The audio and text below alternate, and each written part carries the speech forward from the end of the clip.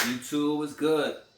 Alright, man. So I got another one for y'all. Since it's Glocktober, we're going to do a Glock collection video for Glocktober. Now I have 5. Now I'm going to start from the very first one I got to the very last one I got. Alright, so let's get it started. First one. We are clear. This is the Glock 23 Gen 4. This was the very first one that I got. Very first Glock, period. Now this one, before they started making the MOFs, of course, so I did get it milled for the RMR cut. Did a few upgrades to it. Of course, we got the dot. We got the magwell. I think this is the agency magwell, if I remember correctly. I think Dawson Precision extra tall sights to co-witness with the optic up front. I think other than that, that's pretty much it, man. I did get the finger grooves cut because I hate them. I don't like them. This kind of gives me more freedom as far as grip is concerned. So instead of forcing my fingers into a certain way, I can get the grip that I like that's a little more comfortable. And that's pretty much it, man. So this is the Gen 4 Glock 23. Alright. Next up.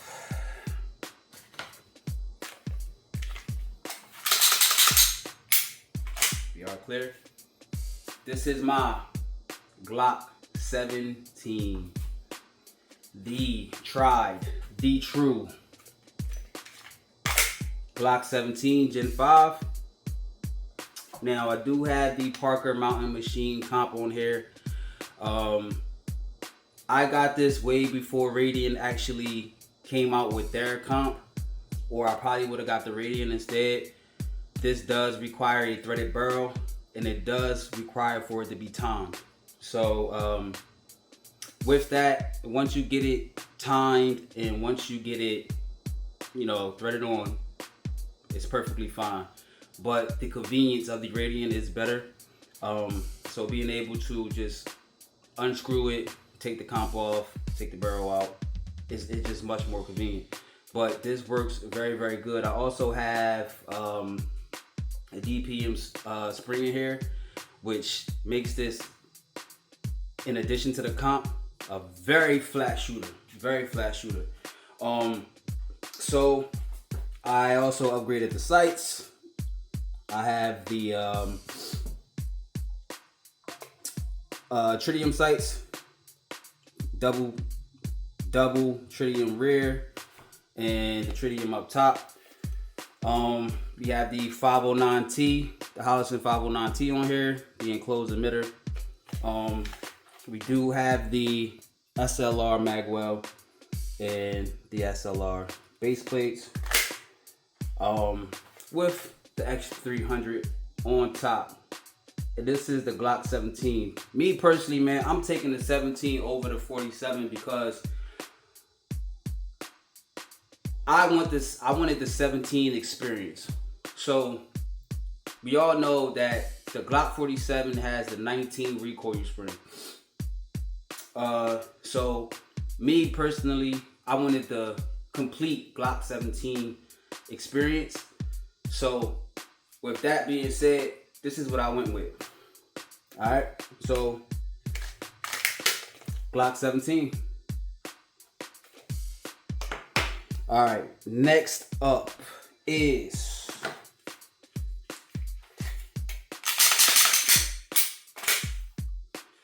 my Glock 45 build. I do have a build series on this, so if you want to be a part of that, go ahead and check that out. For this, we have the Glock 19X frame. We have the Holosun 509T. As you can see, it's starting to become a little trend. I like the enclosed emitters. It's just less maintenance. So for me, I will always take an enclosed emitter over an open. We have the Radian up front. We also have the TLR HLX. We do have the Johnny Glock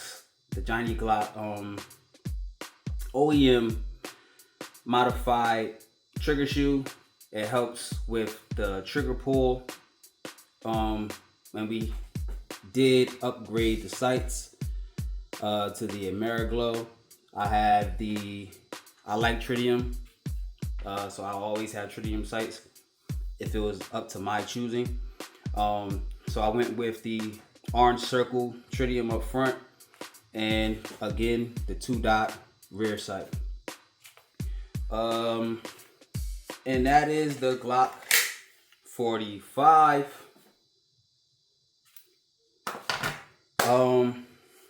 Next. All right. Now this is a one of a kind. I have yet to see anybody do it, so I'm dubbing it the one, the only ported, Glock 23X Gen 5. Now, I call this the 23X because we have the full 17 length grip, which came from the Glock 45 frame. So this is a Glock 45 frame. So that does give you 15 rounds of 40. Now, if you was to get the extended, you can get away with 19. But this is the Glock 23 Gen 5, the 23X, and this is ported. We have 8 inline ports here. So it makes it a lot flatter than what it was stock. Not that it was bad, but I wanted to do this just to see the difference in recoil. And it does make a difference. The only downside is that it's loud. Very, very loud. But nonetheless, still works, still optional. Now I did upgrade the sights. This time I have a blacked out rear with the tritium front sight with the yellow circle. The yellow actually allows me to obtain the sight picture faster. So from now on, I'm probably gonna be doing yellow or green circle around the tritium. Again, we have the Johnny Glock's OEM modified trigger shoe. And this is all I'm gonna do to it. No optic on this one. I don't plan on putting the optic on it, but if I ever did end up changing my mind, it is MOS. So, and this is my EDC. This is my EDC. Well, it's in the EDC rotation. Let's say that. All right. So I've never seen anything that's not a 9mm ported or comped. So I'm dubbing this 1 of 1. All right. Last but not least, man, we just went over this in a few videos ago, man. So check it out. This one is the Glock 43X Koa. So this will be in the rotation, the EDC rotation. Now I can say that I like the size of the window. I like the size of the window. Comparing it to the sight, the SIG sight on my P365, this window is much bigger height-wise and gives me a better sight picture. So I like this. And we just upgraded the trigger shoe, the light, we got the Radian on there, and the magwell, and again SLR faceplate. Alright. And that's it, man. That's all my Glocks thus far. Who knows what the future holds? We're gonna see. There's been talks about Gen 6. I'm not sure when they're coming out or, you know, what new features are gonna be with them. But we're gonna see, man. But that's all the Glocks that I have in my collection so far. And that right there is all I got for y'all for the day, man. So we got Glocktober, Glock collection. Alright, 2025. So that's all I got. Until next time, stay humble, stay dangerous. Peace.